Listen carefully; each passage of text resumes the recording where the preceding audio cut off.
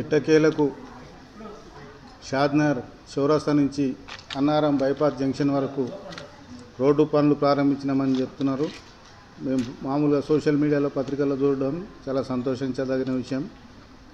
అయితే వాళ్ళు పనులు గతంలో 26 జనవరి రోజు టెంకాయలు కొట్టి ప్రారంభించారు. ఆ తర్వాత మళ్ళీ నిన్న మొన్న ఏదో స్టార్ట్ అయినట్టు తెలుస్తుంది. అయితే మేము అనేది ఏంటంటే నిన్నటి దాంట్లో ఒక అధికార పార్టీ నాయకులు చెప్పిన ప్రెస్ మీట్లో ఒకటి ఏమన్నారంటే, గతంలో జనాలను ఇబ్బందులకు గుర్తు చేశారనే మాట మాట్లాడారు. మేము జనాలను గతంలో ఉన్న ఎమ్మెల్యే గారు అంజయ్ యాదవ్ గారు ఎప్పుడు కూడా అది యాక్చువల్గా 2018 ఎలక్షన్ల ముందు కేటీఆర్ గారు 67 కోట్లతో శంకుస్థాపన చేసిండు కొత్తూరు వద్ద. దాన్ని అది 5 ఏళ్ల కాలంలో 68 కోట్లు ఎస్టిమేట్స్ పెరిగి అది చౌరస్తాకు వచ్చేసరికి ఆ అమౌంట్ సరిపోకుండా అయ్యేసరికి దాన్ని మళ్ళీ చౌరస్తా నుంచి అన్నారం జంక్షన్ వరకు ఇంకొక 45 కోట్లు సీఎం గారి దగ్గర అంజయ్ యాదవ్ గారికి ఉన్న చొరవ వల్ల ఇంకో 45 కోట్లు శాంక్షన్ చేయించుకొచ్చాడు.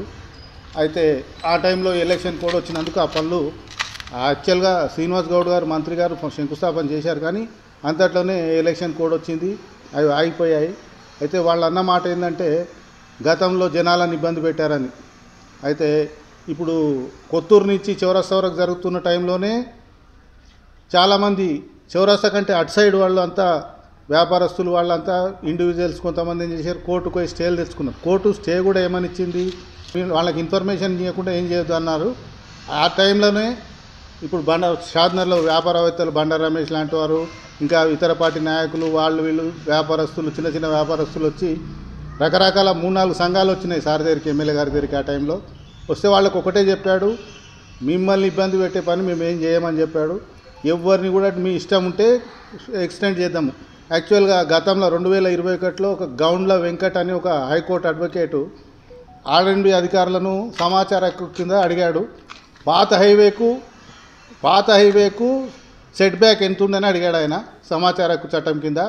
అయితే ఆ టైంలో ఆర్ఎండ్బి వాళ్ళు ఇచ్చిన సమాధానం ఏంటంటే, పాత హైవే కూడా సెంటర్ నుంచి అటు 75 ఫీట్స్ ఇటు 75 ఫీట్స్ చేయొచ్చు, కానీ ఎమ్మెల్యే గారు జనాలు వాళ్ళ ఇష్టం ఉంటే వాళ్ళకు రోడ్డు మంచిగా అనిపిస్తే వాళ్ళంతలో వాళ్ళు కన్విన్స్ అయితే పెంచుదాం అనుకున్నాడు, కానీ 50 ఫీట్ల వరకే చేసినాం.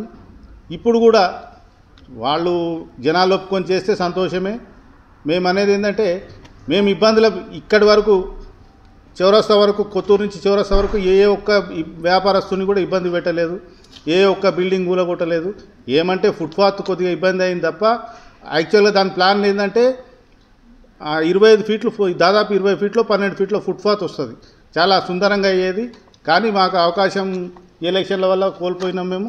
అయినా కూడా మేము ఇంకొకటి, ఎమ్మెల్యే గారు షాద్నగర్లో దాదాపు కోట్ల రూపాయల వరకు అంజయ్ యాదవ్ గారు ఎన్నో తెచ్చాడు.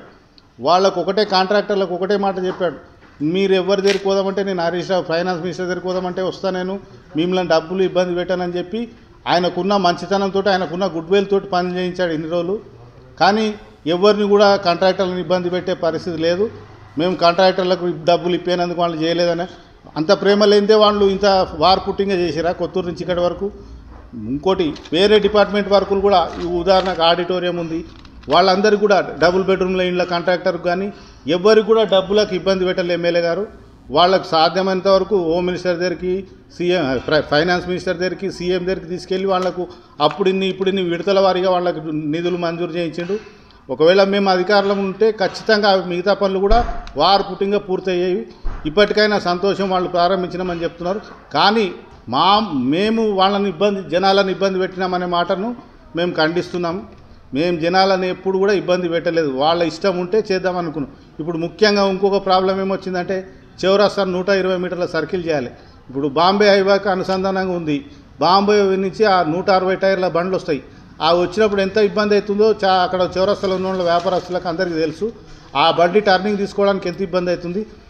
ఇప్పుడు ఆ 120 మీటర్ల సర్కిల్ చేసి, అదేవిధంగా జనాల ఆమోదంతో వాళ్ళు రోడ్డు వేస్తే మేము సంతోషిస్తాం.